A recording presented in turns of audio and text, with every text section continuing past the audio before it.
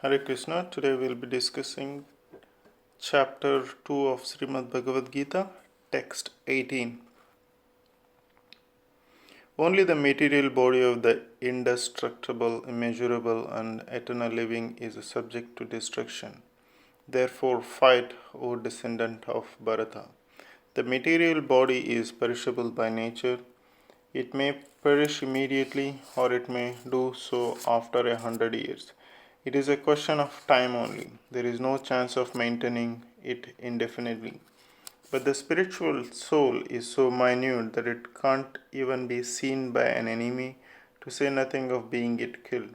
As mentioned in the previous verse, it is so small that no one can have any idea how to measure its dimension. So, from both viewpoints, there is no cause of lamentation because the living entity can neither be killed as he is, nor can the material body, which can't be saved for any length of time, permanently protected. The minute particle of the whole spirit acquires this material body according to his work, and therefore observance of a religious principle should be utilized. In the Vedanta Sutra, the living entity is qualified as a light because as he is part and parcel of the supreme light, as sunlight maintains the entire universe, so the light of the soul maintains this material body. As soon as the spiritual soul is out of this material body, the body begins to decompose. Therefore, it is the spirit soul which maintains this body. The body itself is unimportant. Arjuna was advised to fight the sacrifice of the material body for the cause of religion. Text 19. He who thinks that the living entity is the slayer or that he is slain does not understand. One who is in knowledge knows that the self slays nor is slain. When the embodied living entity is hurt by fatal weapons, it is to be known that the living entity within the body is not killed. The spirit soul is so small that it is impossible to kill him by any material weapon, as is evident from the previous verse. Nor is the living entity killable because of the spiritual constitution. What is killed or is supposed to be killed is the body only. This, however, does not at all encourage killing of the body.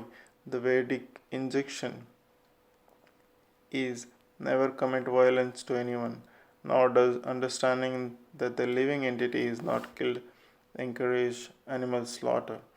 Killing the body of anyone without authority is abominable and is punishable by the law of state as well as by the law of Lord.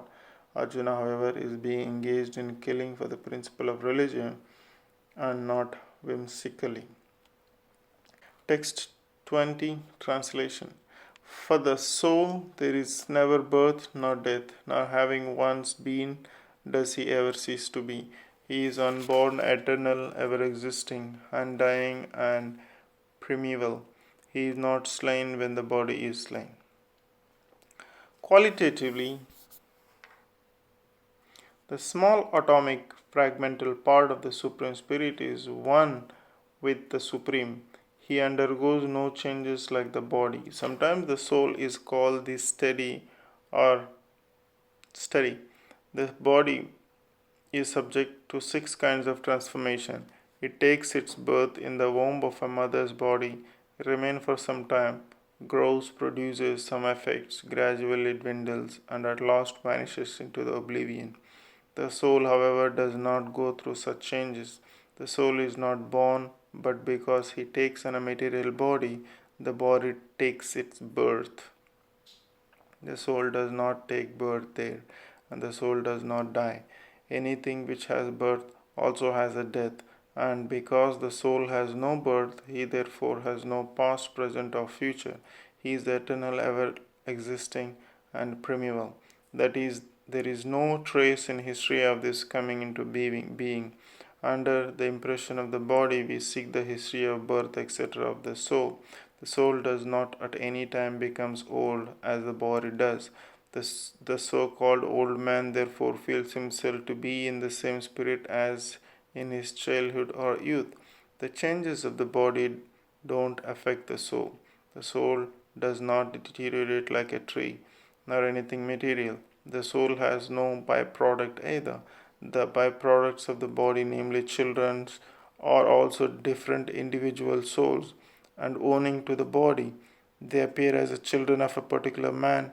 The body develops because of the soul's presence, but the soul has neither offshoots nor change.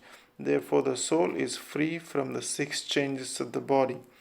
In the Katha Upanishad also we find a similar passage which reads, the meaning and purport of this verse is the same as the Bhagavad-Gita, but there is this verse, there is no special word vipakshit, which means learned or with knowledge. The soul is full of knowledge or full of always with consciousness. Therefore, the consciousness is the symptom of soul. Even if one does not find the soul within the heart, where he is situated, one can still understand the presence of the soul simply by the presence of the consciousness. Sometimes we don't find the sun in the sky owing to clouds, or for some other reason, but the light of the sun is always there, and we are convinced that it is therefore daytime. As soon as there is a little light in the sky early in the morning, we can understand that the sun is in the sky. Similarly, since there is some consciousness in all bodies, whether a man or animal, we can understand the presence of the soul. This consciousness of the soul is, however, different from the consciousness of the Supreme, because the Supreme Consciousness is all knowledge, past, present, and the future. The consciousness of the individual soul is prone to be forgetful. When he is forgetful of the real nature, he obtains education and enlightenment from the superior lessons of Krishna. But Krishna is not like the forgetful soul. If so, Krishna teachings of Bhagavad-Gita would be useless. There are two kinds of souls, namely the minute particle soul, Anu-Atma, and super soul, the Vibhu-Atma. This is also confirmed in Katha Upanishad. Both the super soul, Paramatma, and atomic soul, Jivatma, are situated on the same tree of a body within the same heart of the living being, and only one who has become free from all material desires as well as the lamentations can, by the grace of Supreme, understand the glories of the soul. Krishna is the fountainhead of the super soul also, as it is to be disclosed in the following chapters, and Arjuna is the atomic soul, forgetful of the real nature. Therefore, he requires to be enlightened by Krishna or by his bona fide representative of the spiritual master. Text 21. O Partha, how can a person who knows that the soul is indestructible, unborn, eternal, and immutable kill anyone or cause anyone to kill? Everything has its proper utility, and a man who is situated in a complete knowledge knows how and where to apply a thing for its proper utility. Similarly, violence also has its utility, and how to apply violence rests with the person in knowledge. Although the justice of the peace awards capital punishment to a person condemned for murder, the justice of the peace can't be blamed because he orders violence to other person according to the courts of the justice. In Manu Samhita, the law book of mankind, it is supported that a murderer should be condemned to a death so that in his next life he will not have to suffer for the great sin he has committed. Therefore, the king's punishments of hanging a murderer is actually beneficial. Similarly, when Krishna orders fighting, it must be concluded that violence is for supreme justice, and as such, Arjuna should follow the instructions, knowing well that such violence committed in the act of fighting for Krishna is not a violence at all, because at any rate the man, or rather the soul, can't be killed. So for the administration of justice, so-called violence is permitted. A surgical operation is not meant to kill the patient, but to cure him.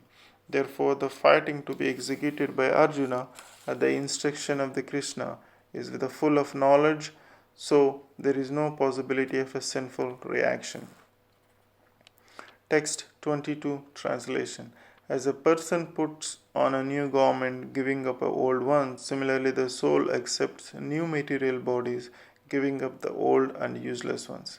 Change of body by the atomic individual soul is an accepted fact. Even some of the modern scientists who do not believe in the existence of the soul, but at the same time can't explain the source of energy from the heart, have to accept continuous changes of the body, which appears from a childhood to boyhood, and from boyhood to a youth, and again from youth to old age, from old age then change to transfer to another body. This has already been explained in the previous verse. Transference of atomic individual soul to another body is made possible by the grace of Supersoul. The Supersoul fulfills and the desires of atomic soul as one friend fulfills the desires of another. The Vedas like Mukunda Upanishad as well as the Svetasvara Upanishad compare the soul and the Supersoul to two friendly birds sitting in a same tree. One of the birds, the individual atomic soul, is eating the fruit of the tree, and the other bird, Krishna, is simply watching his friend. Of these two birds, although they are the same in quality, one is captivated by the fruits of the material nature, while the other is simply witnessing the activities of his friend. Krishna is the witnessing bird, and Arjuna is eating bird. Although they are friends, one is still the master and the another is a servant. Forgetfulness of his relationship by atomic soul is the cause of one's changing his position from one tree to another tree, from one body to another body. The Jiva soul is struggling very hard on the tree of a material body, but as soon as he agrees to accept the other bird as a supreme spiritual master, as Arjuna agreed to do so, voluntarily surrendering into the Krishna for instruction, the subordinate bird immediately becomes free from all lamentations. Both Katha Upanishad and Svetasvara Upanishad confirms this. Although the two birds are in the same tree, the eating bird is fully engrossed with anxiety, emotions, and the enjoyer of the fruits of the tree. But if in the same way or the other, in some way or the other, he turns his face to his friend who is the Lord and knows his glories, at once the suffering of the bird becomes free from all anxieties. Arjuna has now tuned his face towards his eternal friend Krishna, and he is understanding Bhagavad-Gita from him, and thus hearing from Krishna, he can understand the supreme glories of a Lord and be free from lamentation. Arjuna is advised herewith by the Lord not to lament for the bodily change of his old grandfather and his teacher. He should rather be happy to kill their bodies in the notorious fire, so that they may be cleansed at once for all reactions from variously bodily activities. One who lays down his life on the sacrificial altar or in the proper battlefield is at once cleansed of bodily reactions and promoted to a higher status of life. So there was no cause for Arjuna's lamentation. That concludes the chapter 2 of Srimad Bhagavad Gita, text 22. Hare Krishna.